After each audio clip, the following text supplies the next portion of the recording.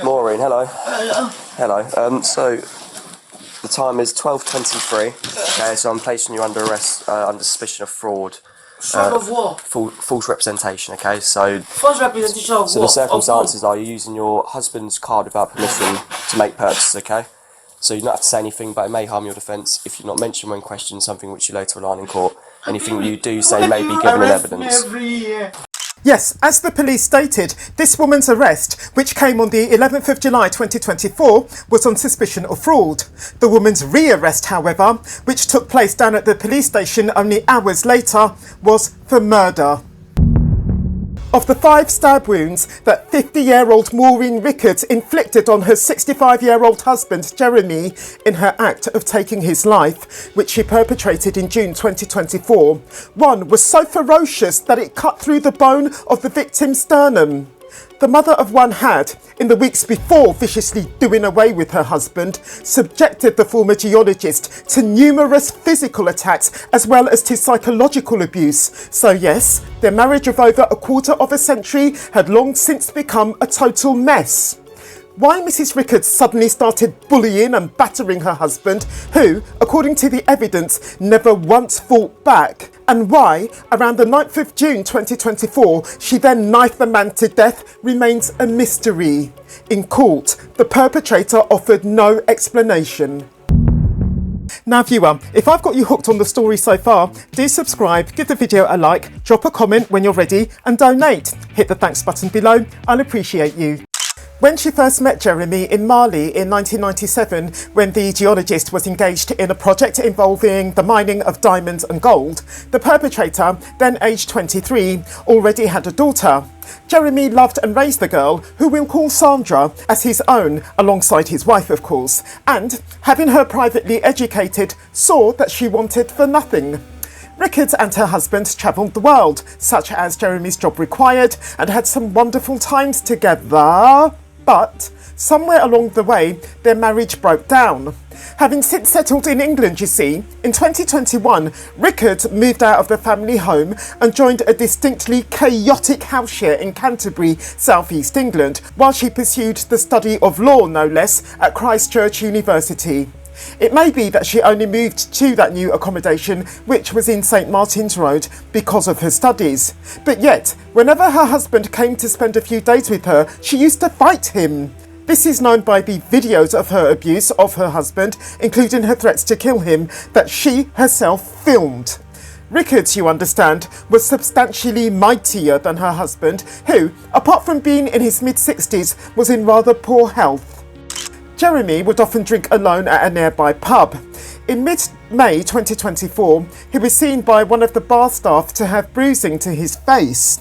Then, in early June 2024, when Rickman and her husband stayed in nearby rented accommodation, several witnesses gave evidence that Jeremy had quite serious injuries to his face, including a cut or gash to his cheek.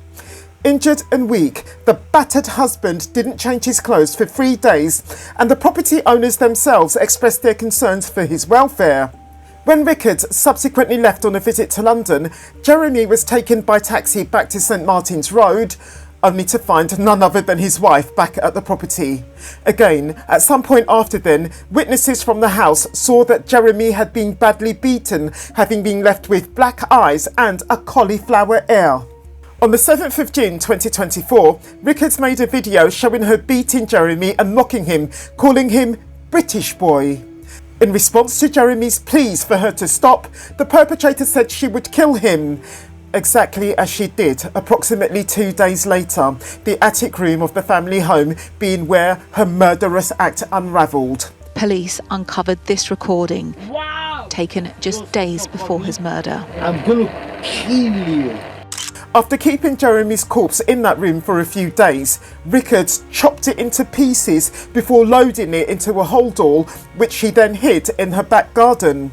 She subsequently messaged Sandra, her daughter, to announce that the young woman's father had taken his life out in Saudi Arabia, this being a trip that he'd allegedly recently taken, and that his suicide was none other than Sandra's fault. The perpetrator's arrest for fraud that came on the 11th of July 2024 was triggered by none other than these shocking and hurtful messages of hers to her daughter. Not believing her mother's words for a minute, Sandra promptly reported her father to Kent Police as a missing person. Using her dead husband's bank cards to make purchases is why Rickards was arrested for fraud. While the perpetrator was in police custody, she was re-arrested on suspicion of murder, the police having since conducted a search of her home and having found her husband's body. In court, the judge basically called the perpetrator an evil cunt. Quote, "He was in frail health and largely defenceless against you. The pathology suggests he had been strangled and was recovering from rib fractures when he died. You told him you intended to kill him, a threat he took seriously.